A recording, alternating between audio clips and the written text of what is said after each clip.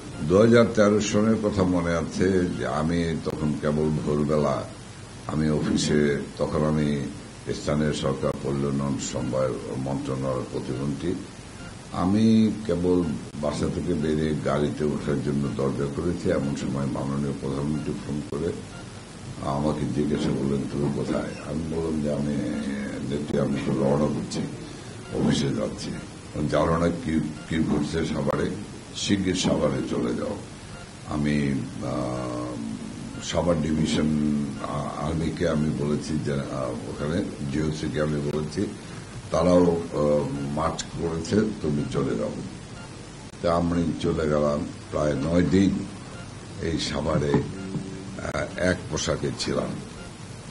তো আপনাদের পাশে থেকে সেদিন রানা প্লাজা ধস, সেদিন দেশের জন্য একটি বিরাট চ্যালেঞ্জের মুখোমুখি হয়েছিল পোশাক শিল্প। দেশেই না, শুধু বিদেশি ক্রেতাদের সঙ্গেও এই রানা প্লাজা ইস্যু নিয়ে একটি বিরাট বিব্রতকর পরিস্থিতির মধ্যে পড়তে হয়েছিল আপনাদেরকে। আমি একটানা 9 দিন ওই জায়গায় থেকেছি, বহু ধরনের সমস্যাকে মোকাবেলা করতে হয়েছে।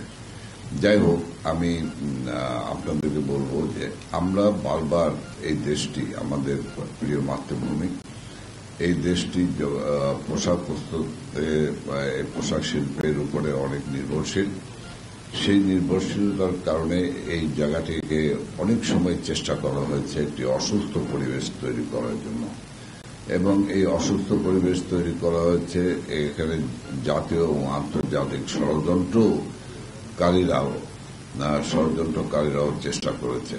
কিন্তু আপনাদের সকলের সতর্কতা, একাগ্রতা এবং মাননীয় প্রধানমন্ত্রী শেখ হাসিনার সময়োপযোগী পদক্ষেপের কারণে সেটি সম্ভব হয়নি। আজকে পোশাক প্রস্তুতকারী হিসাবে বাংলাদেশ সর্বশীর্ষে অবস্থান করছে।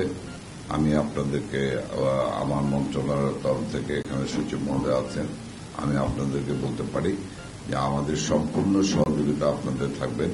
আমরা আপনাদের পাশে আছি, পাশে থাকবো ইনশাল্লাহ।